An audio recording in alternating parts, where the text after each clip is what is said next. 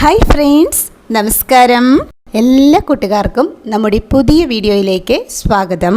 നല്ല രുചിയുള്ള വൻപയർ മെഴുക്കുപുരട്ടിയാണ് ഇന്നത്തെ റെസിപ്പി. ഈ ഒരു മെഴുക്കുപുരട്ടി നമുക്ക് വളരെ എളുപ്പത്തിൽ തയ്യാറാക്കി എടുക്കാവുന്നതാണ്. അപ്പോൾ വൻപയർ കൊണ്ട് തയ്യാറാക്കിയെടുക്കുന്ന വളരെ ടേസ്റ്റി ആയിട്ടുള്ള ഈ ഒരു മെഴുക്കുപുരട്ടി എങ്ങനെയാണ് തയ്യാറാക്കിയെടുക്കുന്നതെന്ന് കണ്ടു നോക്കാം. അതിനു വേണ്ടിയിട്ട് നമ്മളിവിടെ 1 കപ്പ് വൻപയർ കഴുകി വൃത്തിയാക്കി എടുത്തിട്ടുണ്ട്. പയർ കുതിർക്കാതെയാണ് നമ്മളിവിടെ വേവിച്ചെടുക്കുന്നത്. അപ്പോൾ ഇത് വേവിച്ചെടുക്കുന്നതിന് വേണ്ടിയിട്ട് ഈ ഒരു പ്രഷർ കുക്കറിലേക്ക് ഇട്ട് കൊടുക്കുന്നുണ്ട്. പയർ വേവിച്ചെടുക്കുന്നതിന് വേണ്ടിയിട്ട് പയർ അളന്നെടുത്ത ആ സെയിം കപ്പിന് തന്നെ 1.5 കപ്പ് വെള്ളം ഒഴിച്ചു കൊടുക്കുന്നുണ്ട്. കൂടെ തന്നെ 1/4 ടീസ്പൂൺ മഞ്ഞൾപ്പൊടി ചേർത്ത് കൊടുക്കാം. ഇതിലേക്ക് ആവശ്യത്തിന് വേണ്ട ഉപ്പും കൂടി ചേർത്ത് കൊടുത്തിട്ട് നല്ലതുപോലെ മിക്സ് ചെയ്തതിന് ശേഷം കുക്കർ അടച്ച് വെച്ചിട്ട് നമുക്കിത് കുക്ക് ചെയ്തെടുക്കാം. ഗ്യാസ് ഹൈ ഫ്ലെയിമിൽ 1 വിസിൽ വന്നതിന് ശേഷം ഗ്യാസ് ലോ ഫ്ലെയിമിൽ 5 മിനിറ്റ് നേരമാണ് നമ്മളിവിടെ പയർ കുക്ക് ചെയ്തെടുക്കുന്നത്. തലേന്ന് രാത്രി കുതിർത്തി എടുത്ത പയറാണെങ്കിൽ ഗ്യാസ് ഹൈ ഫ്ലെയിമിൽ 1 വിസിൽ മതിയാകും. അപ്പോൾ പയർ ഇവിടെ വെന്ത് വരട്ടെ. പയർ കുക്ക് ചെയ്യാൻ വെച്ചിട്ട് ഗ്യാസ് ഓഫ് ചെയ്തു. കുക്കറിൽ നിന്ന് പ്രഷറെല്ലാം പോയിട്ടുണ്ട്. കുക്കർ തുറന്നു നോക്കാം. പയറെല്ലാം വെന്ത് നല്ല സോഫ്റ്റായി വന്നിട്ടുണ്ട്. നമ്മളിത് പ്രസ് ചെയ്ത് നോക്കുമ്പോൾ ഇതുപോലെ പയർ ഉടഞ്ഞു വരണം. ഈ ഒരു പാകത്തിന് നമ്മളിത് കുക്ക് ചെയ്തെടുക്കണം. ഇപ്പോൾ ഇതിലൽപ്പം വെള്ളം ഉണ്ടല്ലോ, നമുക്കിത് ഗ്യാസ് ഓൺ ചെയ്ത് വറ്റിച്ചെടുക്കാം.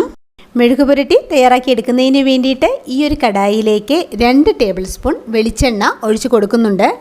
ഓയിൽ ചൂടായി വന്നപ്പോൾ ഇതിലേക്ക് ചെറിയ ഉള്ളി ചതച്ചതാണ് ചേർത്ത് കൊടുക്കുന്നത്. 12ഓളം ചെറിയ ഉള്ളി ചതച്ചെടുത്തിട്ടുള്ളതാണിത്. കൂടെ തന്നെ ഒരു 6 അല്ലി വെളുത്തുള്ളി ചതച്ചത് ചേർത്ത് കൊടുക്കുന്നുണ്ട്. അല്പം കറിവേപ്പിലയും കൂടി ചേർത്ത് കൊടുത്തിട്ട് ഇതെല്ലാം കൂടി നല്ലതുപോലെ വഴറ്റിയെടുക്കണം. ഇനി ഇതിൻ്റെ കളറൊക്കെ ഒന്ന് മാറി നല്ലതുപോലെ മുരിഞ്ഞു വരുന്നത് വരെ നമുക്കിതൊന്ന് വഴറ്റിയെടുക്കണം. ഗ്യാസ് ഒരു മീഡിയം ഫ്ലെയിമിൽ നമുക്കിത് വഴറ്റിയെടുക്കാം. നമ്മളിവിടെ ചെറിയ ഉള്ളിയാണല്ലോ ചേർത്ത് കൊടുത്തിട്ടുള്ളത്.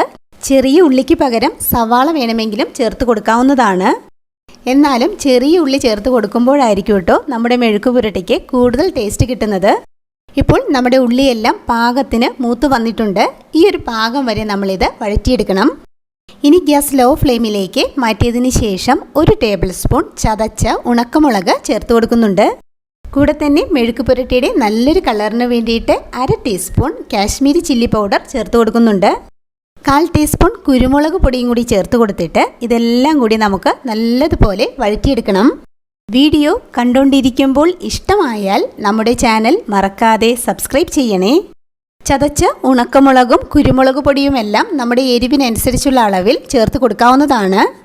ഇപ്പോൾ ഇവിടെ ഇതെല്ലാം പാകത്തിന് മൂത്ത് വന്നിട്ടുണ്ട്. ഇനി നമുക്കിതിലേക്ക് വേവിച്ച് വെച്ചിരിക്കുന്ന വൻപയർ ചേർത്ത് കൊടുക്കാം. ഇതെല്ലാം കൂടി നല്ലതുപോലെ മിക്സ് ചെയ്തെടുക്കാം. ഉള്ളിയും ചതച്ച മുളകും കുരുമുളക് പൊടിയും എല്ലാം പയറിൽ നല്ലതുപോലെ യോജിച്ച് വരണം. പയർ വേവിച്ച ടൈമിൽ ഉപ്പ് ചേർത്ത് കൊടുത്തിട്ടുണ്ടായിരുന്നു. എല്ലാം കൂടി മിക്സ് ചെയ്തതിന് ശേഷം നമ്മൾ ഉപ്പ് ചെക്ക് ചെയ്ത് നോക്കണം. വേണമെന്നുണ്ടെങ്കിൽ നമുക്ക് ഉപ്പ് ചേർത്ത് കൊടുക്കാവുന്നതാണ്. ഗ്യാസ് ഒരു ലോ ഫ്ലെയിമിൽ 2 മിനിറ്റ് നേരം നമുക്കിത് ഇളക്കി കൊടുത്ത് നല്ലതുപോലെ മിക്സ് ചെയ്തതിന് ശേഷം ഗ്യാസ് ഓഫ് ചെയ്യാവുന്നതാണ്.